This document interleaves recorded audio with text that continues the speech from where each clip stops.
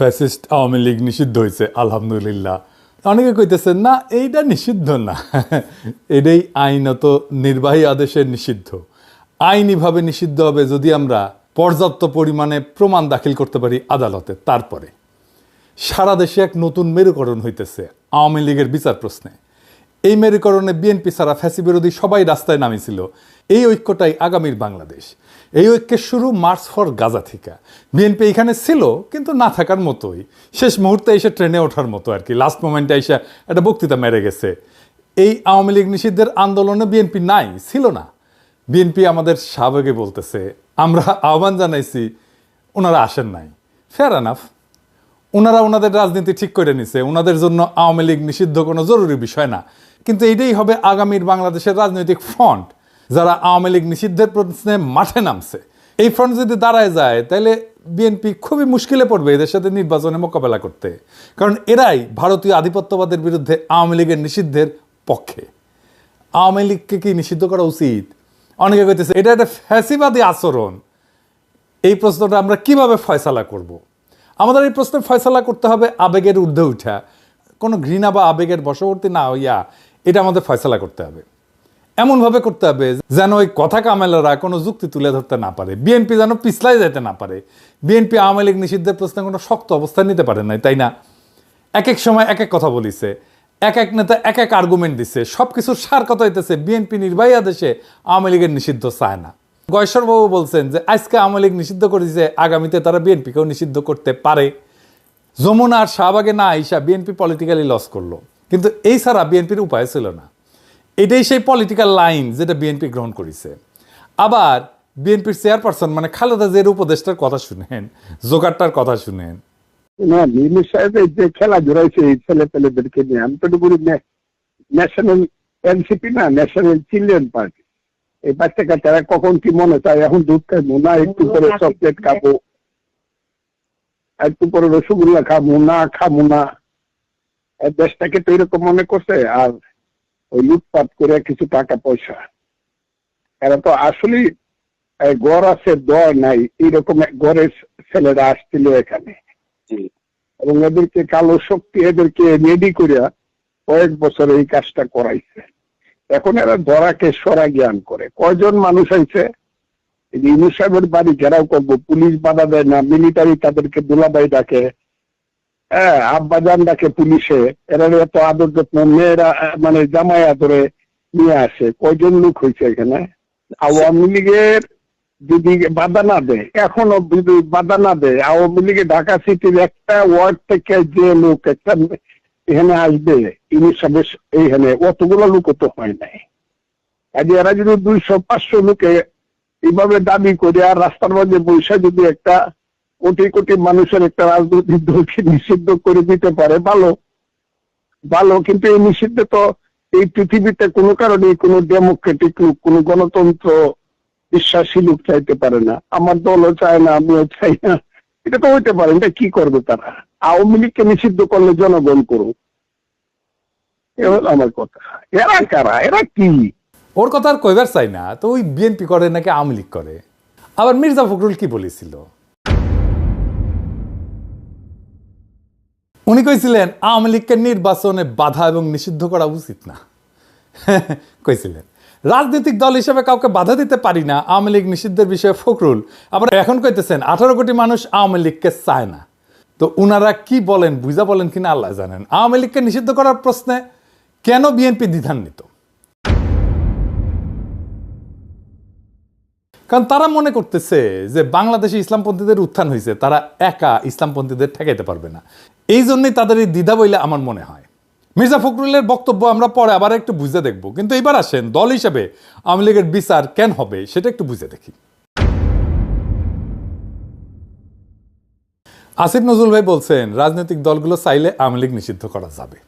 আওয়ামী লীগের নিষিদ্ধ কি রাজনৈতিক দলের চাওয়ার বিষয়? সব রাজনৈতিক দল চাইলে কি আমরা কোনো রাজনৈতিক দলকে নিষিদ্ধ করতে পারি?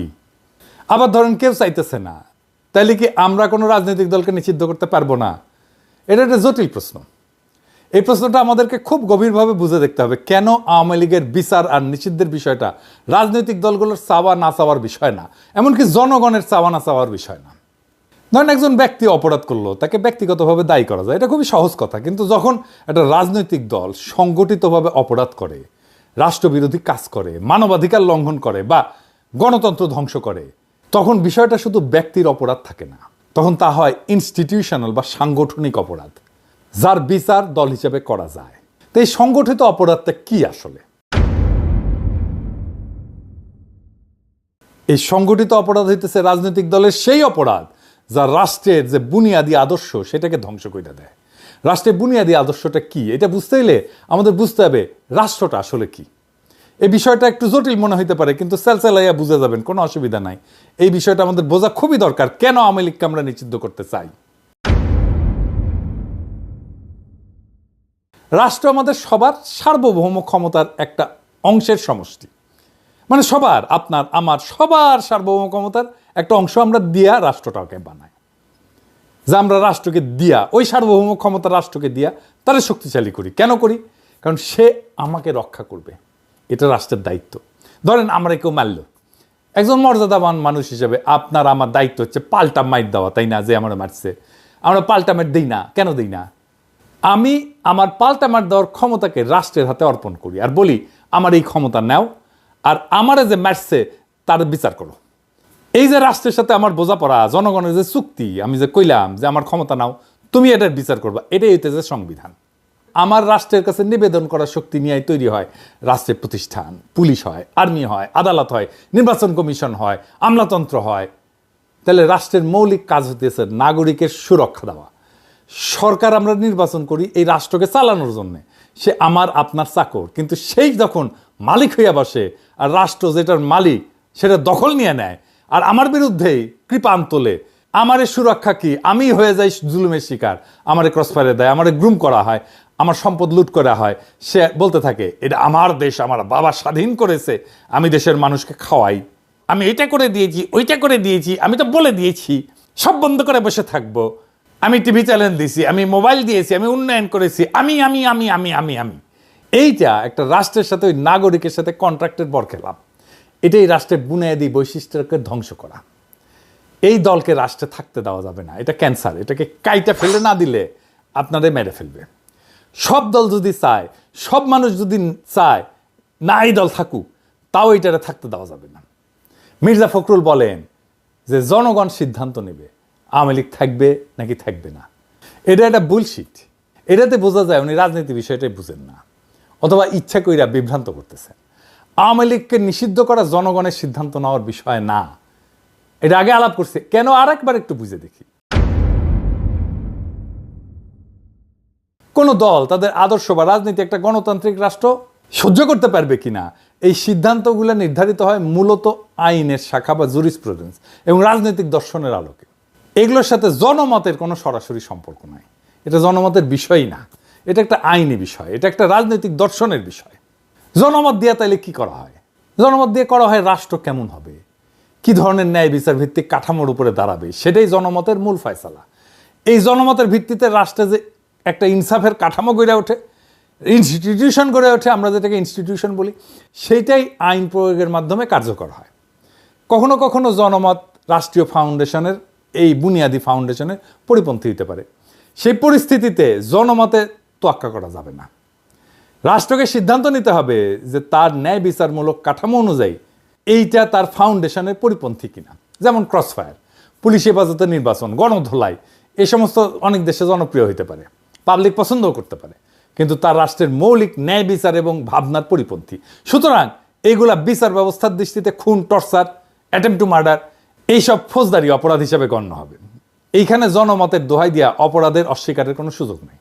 এই একই যুক্তিতে কোনো রাজনৈতিক দলকে নিষিদ্ধ করা হবে কিনা সেটা নির্ধারিত হবে রাষ্ট্রের মৌলিক ন্যায় বিচার এবং রাজনৈতিক আদর্শের সাথে ওই দল সঙ্গতিপূর্ণ কিনা তার উপরে। জনমত বা অন্যান্য কোনো রাজনৈতিক দলগুলোর মতামত এখানে বিবেচ্য না। যদি আওয়ামী লীগ আদর্শিকভাবে ফ্যাসিস্ট হয় এবং সন্ত্রাসবাদ হয় তাদের রাজনৈতিক কৌশল, তাহলে বিএনপি বা অন্য দল তাদের টিকায় রাখার পক্ষে থাকলেও রাষ্ট্র তাদের নিষিদ্ধ করতে বাধ্য, কারণ এইটা রাষ্ট্রের ফাউন্ডেশনের বিরোধী, এটা রাষ্ট্রকেই ধ্বংস করে ফেলবে।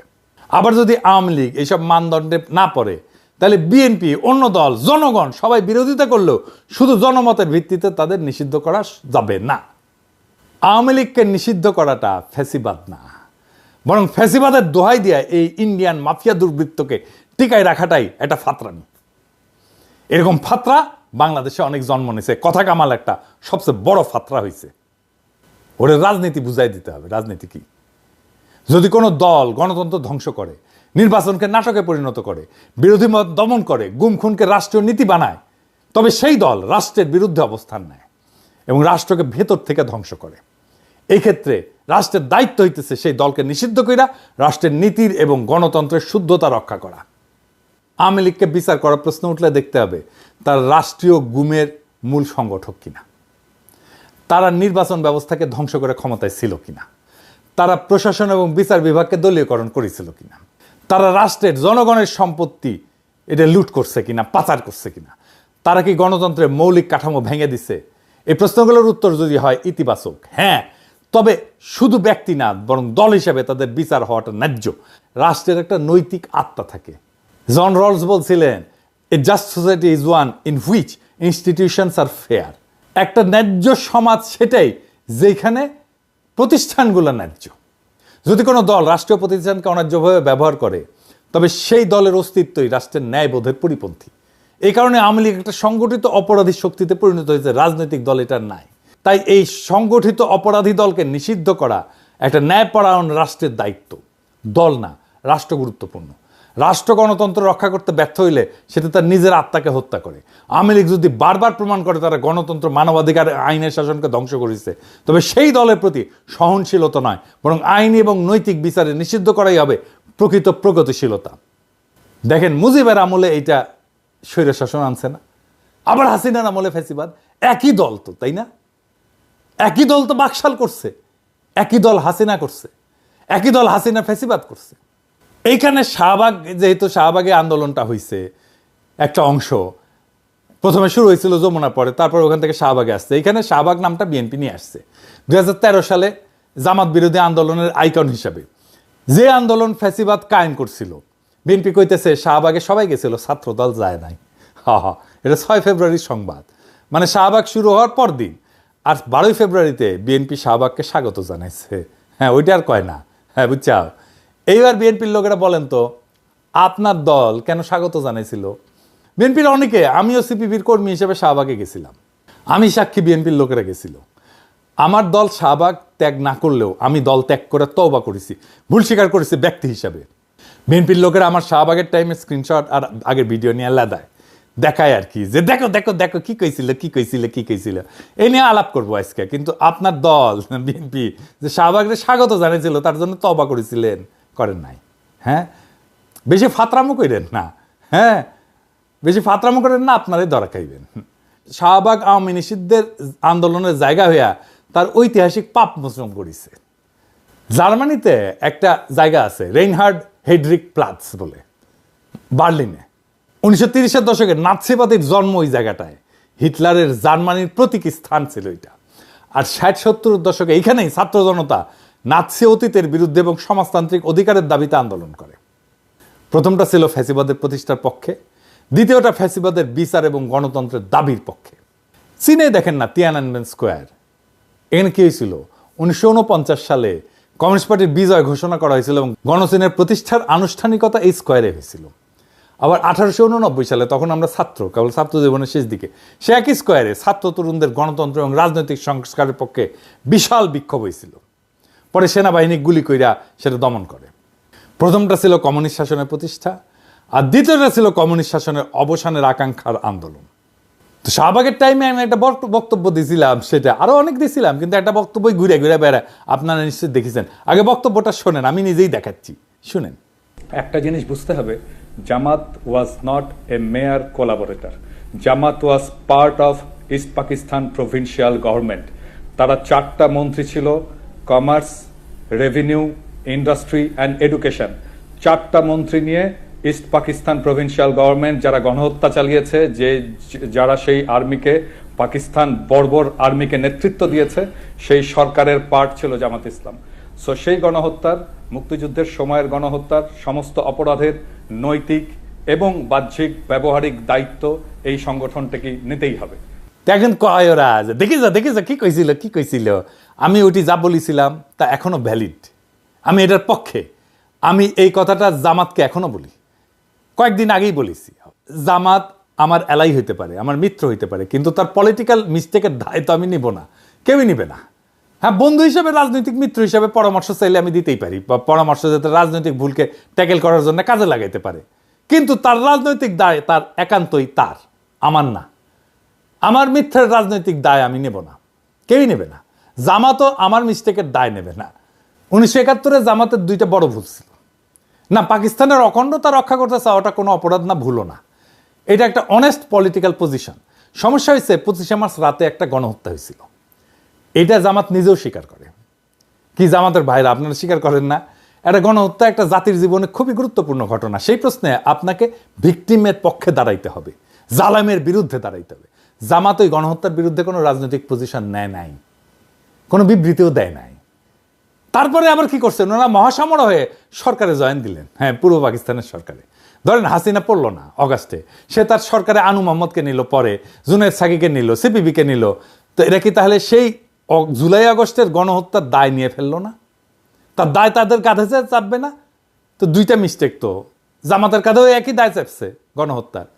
তো জামাতকে এই প্রশ্নের ফয়সালা তো করতেই হবে, এটাকে ফয়সালাবিহীন রাখা যাবে না। আমি ওই সময় ওই বয়সে মিস্টেকটা খুবই সঠিকভাবে ধরতে পারিছিলাম।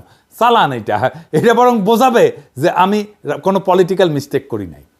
আওয়ামী লীগ নিষিদ্ধ হয়েছে, এটা কোনো প্রতিশোধ বা কোনো প্রতিহিংসার বহিঃপ্রকাশ না, এটা হইল রাষ্ট্রের আত্মরক্ষার একটা জরুরি পদক্ষেপ। এই সিদ্ধান্ত কেবল রাজনৈতিক না, এটা ন্যায় বিচারের প্রশ্ন, ইনসাফের প্রশ্ন।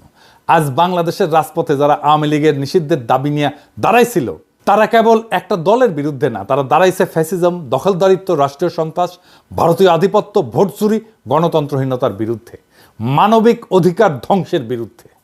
বিএনপি এই ইতিহাস ঘন মঞ্চে থাকতে পারল না, আফসোস। তাতে কিছু আসে যায় না, ইতিহাস অপেক্ষা করে না। যে ফ্রন্ট আজকে রাজপথে নামছে, তারাই ভবিষ্যতের বাংলাদেশ রচনা করবে। এই লড়াই কোনো দলের পক্ষে বা বিপক্ষে না, এই লড়াই একটা নতুন রাষ্ট্রচিন্তার পক্ষে, যেখানে জনগণ হবে মালিক, রাষ্ট্র হবে তাদের রক্ষক, আর আইন হবে সকলের জন্য সমান। ফখরুল সাহেবরা যতই বলুক নিষিদ্ধ করা উচিত না, জনগণ আজ সিদ্ধান্ত নিয়ে ফেলছে, এই দল আর রাষ্ট্রে থাকতে পারবে না। কারণ এই দল জনগণের উপর চালাইছে যুদ্ধ। এই দল আদালত, প্রশাসন, নির্বাচন সবকিছু ধ্বংস করে নিজের জন্য একটা ব্যক্তি নির্ভর ফ্যাসিস্ট রাজত্ব কায়েম করছিল। এখন সময় আসছে জনগণের রাষ্ট্র পুনর্গঠনের। যারা আওয়ামী লীগের বিচার চায়, নিষিদ্ধ চায়, তারাই আজ বাংলাদেশের আসল গণতান্ত্রিক শক্তি। ইতিহাস একদিন বলবে এই নিষিদ্ধই ছিল গণতন্ত্র পুনরুদ্ধারের প্রথম পদক্ষেপ। আর এই যাত্রা যেটা শুরু হয়েছে, সেটা কোনো একক নেতার না, কোনো দলীয় কৌশলেরও না, এটা জনগণের বিপ্লব, এটা আত্মার দাগ। এই আওয়ামী লীগের নিষিদ্ধ করে আমাদের যেই যাত্রা, সেটা ইতিহাসের শুরু, শেষ না। আমরা এটার শেষ পর্যন্ত নিয়ে যাব, জনগণের বিপ্লবকে চূড়ান্ত লক্ষ্যে পৌঁছে দেব ইনশাল্লাহ। ইনকিলাব জিন্দাবাদ।